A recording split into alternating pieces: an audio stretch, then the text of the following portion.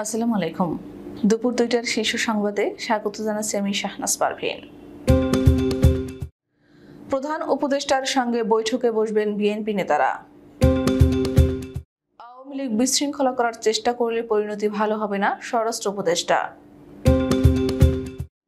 ন্যায় বিচারের মূল্যবোধকে নষ্ট করা হয়েছে, প্রধান বিচারপতি। কোটা সংস্কার আন্দোলন, রাজধানীতে 286 মামলা, আসামি 4.5 লাখ। শেখ হাসিনার বিবৃতিটি মিথ্যা বানোয়াট, দাবি জয়ের। বদলে যাচ্ছে পুলিশের ইউনিফর্ম ও লোগো। ভারত থেকে হিন্দুদের ওপর অত্যাচার, ভুয়া পোস্ট, বিবিসির অনুসন্ধান। বগুড়ায় আন্দোলনে গিয়ে নিখোঁজ স্কুল ছাত্রের সন্ধান 9 দিনেও মেলেনি। পালিয়ে ভারতে গিয়ে গ্রেফতার ছাত্রলীগ নেতা। এবং রাশিয়ার 30 কিলোমিটার ভেতরে ঢুকে পড়েছে ইউক্রেন সেনারা। শুনছিলেন শিরোনাম, এবার বিস্তারিত। অন্তর্বর্তীকালীন সরকারের প্রধান উপদেষ্টা ডক্টর মোহাম্মদ ইউনূসের আমন্ত্রণে আজ সোমবার বিকেল 4টায় বৈঠকে বসবেন বিএনপি মহাসচিব মির্জা ফখরুল ইসলাম আলমগীর এবং বিএনপির স্থায়ী কমিটির সদস্যরা। সোমবার সকালে বিএনপি মিডিয়া সেল থেকে সায়রুল কবির খানের এক বার্তায় এ তথ্য নিশ্চিত করা হয়। বার্তায় বলা হয়, প্রধান উপদেষ্টা ডক্টর মোহাম্মদ ইউনূসের আমন্ত্রণে আজ 12 আগস্ট বিকেল 4টায় প্রধান উপদেষ্টার বাসভবনে বিএনপি মহাসচিব মির্জা ফখরুল ইসলাম আলমগীরের নেতৃত্বে বিএনপির স্থায়ী কমিটি সদস্যগণ অংশ নেবেন।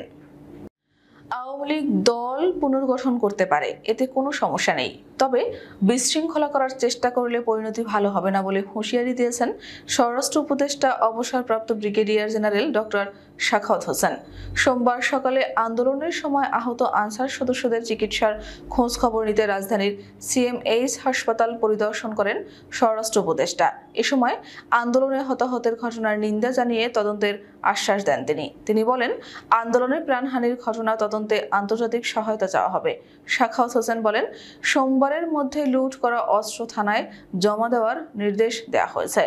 19 আগস্টের পর কারো কাছে এসব অস্ত্র পাওয়া গেলে কঠোর ব্যবস্থা নেওয়া হবে। স্বরাষ্ট্র উপদেষ্টা আরও বলেন, দেশের জন্য আওয়ামী লীগের অনেক অবদান আছে, তাই তারা দল গোছাতে পারে, তবে প্রতি বিপ্লবের স্বপ্ন দেখলে হাজার হাজার মানুষের রক্ত ঝরবে।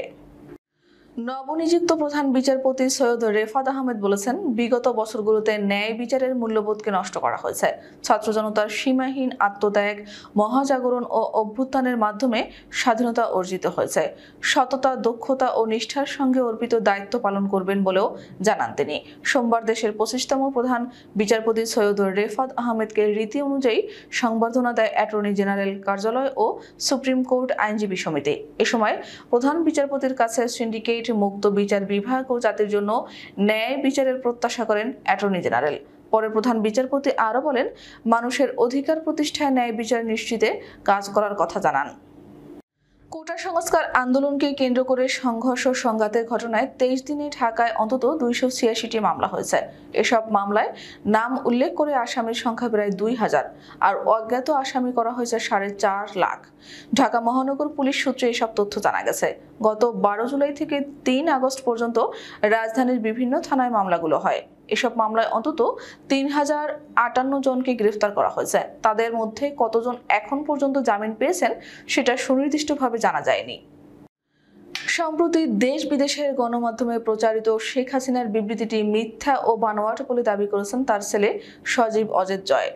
রোববার রাত 12টার দিকে সজীব অজেদ জয় নিজের ভেরিফাইড এক্স অ্যাকাউন্ট থেকে এক বার্তায় এ দাবি করেন।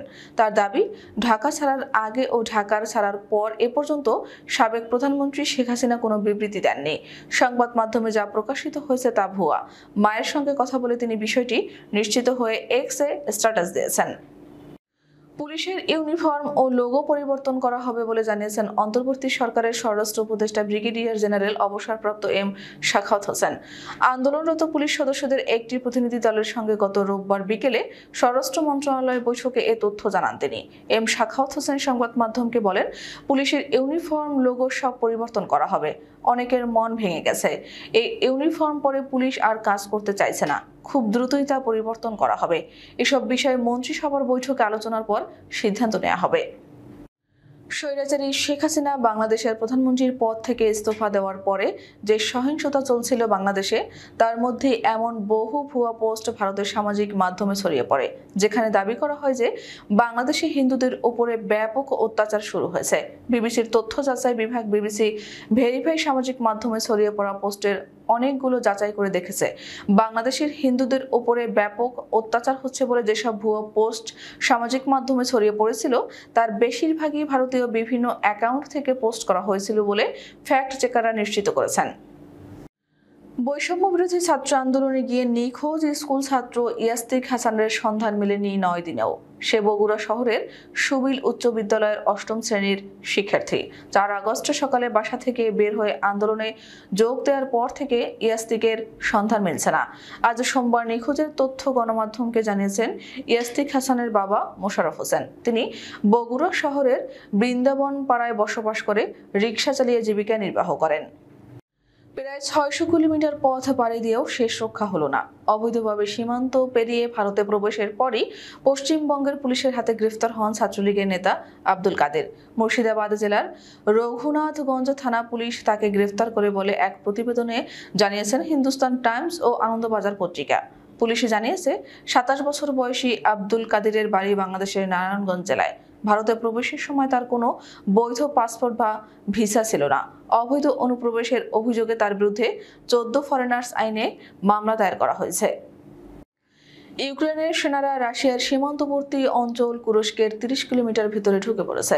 এমন পরিস্থিতিতে অঞ্চলটির গভর্নর অ্যালেক্সি সিরিনভ বলেছেন, যেসব জায়গা সাধারণ মানুষের পক্ষে নিরাপদ নয় সেখান থেকে তাদের সরিয়ে নেওয়া হচ্ছে। প্রতিবেদনে বলা হয়েছে, অঞ্চলটিতে ইউক্রেনের সেনার সঙ্গে রাশিয়ার সেনার তুমুল লড়াই চলছে।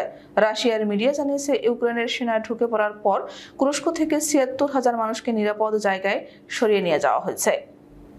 আমাদের পরবর্তী রাত 10টার শীর্ষ সংবাদ দেখার আমন্ত্রণ জানিয়ে এখনকার মতো বিদায় নিচ্ছি।